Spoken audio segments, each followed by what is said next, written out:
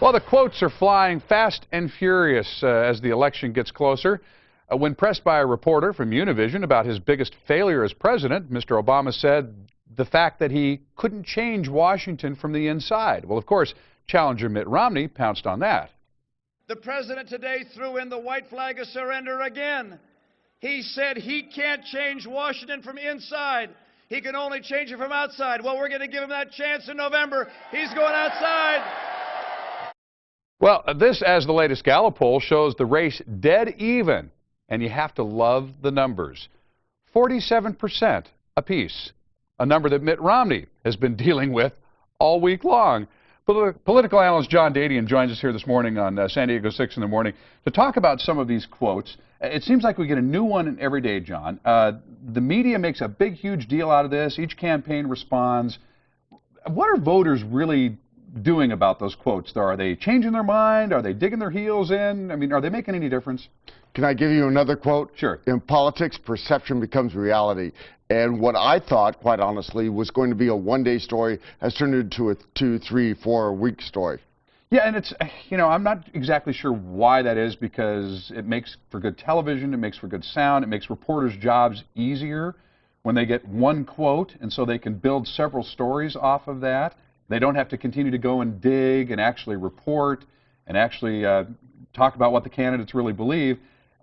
I think there's a certain amount of laziness, quite honestly, in the media, and I'm part of that profession, so I lump us all in there together. A certain amount of laziness. You get something that you can use, so you just keep using it. As you and I have talked about many times, again, one of my favorite quotes is the first line that you use as a young campaign aide is, or the first line that you learn is what the candidate meant to say was. Right. And what he really meant by his quote was, which is absolutely true. If anybody's even volunteered for a campaign, they know that what they said is there's so many people that are going to vote for candidate A, period.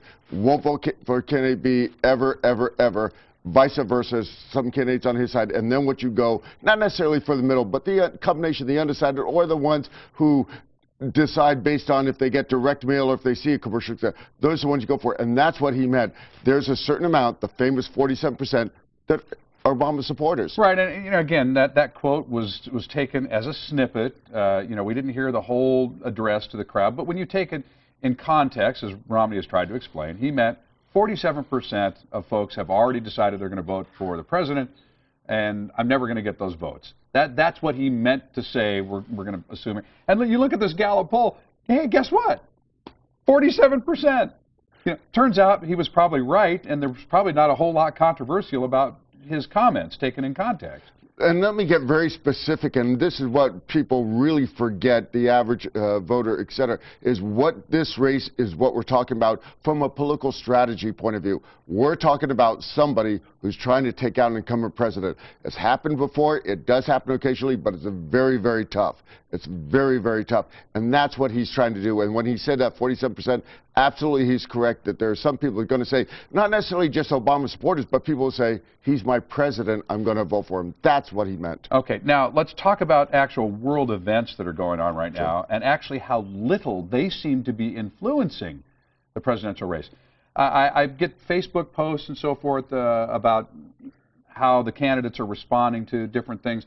This whole blow up in the Middle East right now, nobody is even holding the president accountable or his Mideast policies for this, or even questioning, are there policies that the United States have in place that are in some way not dealing very well with the blow up in the Middle East? I don't even hear people asking this question, and yet we've got embassies being torched and ambassadors being killed. Nobody's saying, gee, are these policies working?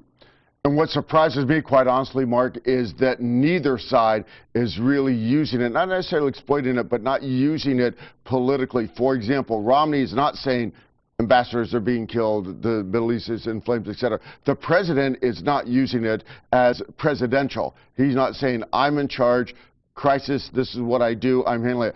I haven't seen either side, and ironically, the third column is, haven't seen the public to say, neither side talking about it, I'm concerned about it. It's amazing. Yeah, it really is. To me, it's unprecedented, because when this same type of thing happened to Jimmy Carter, a lot of folks say, well, that brought down his presidency.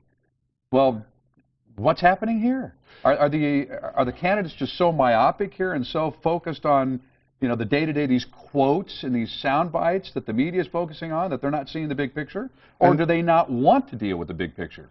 And again, I think that analogy is accurate in the sense that one of the main reasons what brought down the Carter presidency is crisis happened. He did not use it to be presidential, but more importantly, the challenger, Ronald Reagan, who was trying to take out an incumbent, did use it, saying, he's not being presidential, he's not doing right, here's what I would do differently. You're not hearing that from Romney. I'm very surprised. Yeah, me too. And again, I know that the pundits have a whole lot of airtime to fill, and you know, they've got to fill it up with something. So they talk about, you know, the past, and they talk about polls, and they talk about you know, quotes and this type of thing. I'm not seeing a lot of substance here in these conversations. And not that I'm counting, but we're down to 45 days, 10 hours, 6 minutes from right now till Election Day, et cetera. And again, what Romney is not doing is the way they lose this race. Romney could still win. I think he will win. I think he'll still win. The way that he loses is exactly what's happening, and that is he's got to get it back on the economy. Foreign relations are very important, but if he gets off the economy and if he gets off the famous Reagan quote, are you better off now than you were 4 years ago? And so far, watch for these debates are going to be more important than I've ever seen in a presidential campaign. That's how this race is going to hinge. You think the debates might be the key in the end, because you've got 47%, 47%. Obviously, that doesn't add up to 100, so there's a few folks in between there that'll be watching this. And again, most folks will say, hey, my candidate did great.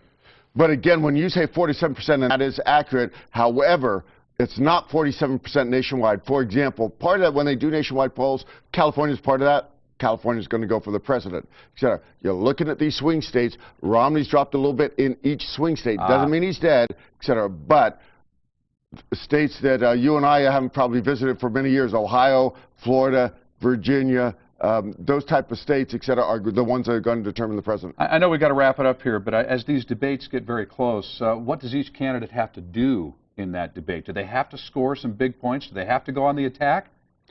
Absolutely. Again, there's you know, plus and minus to that. They want to go for the so-called knockout punch, but when doing that, there's a little bit of risk, because if you swing and a miss, to use my baseball analogies, you know, it is a risk. The president needs to look presidential and saying, we're on the right course. That has to be, any incumbent, that has to be his theme. The challenger theme has to be, I'm the one who can do it better.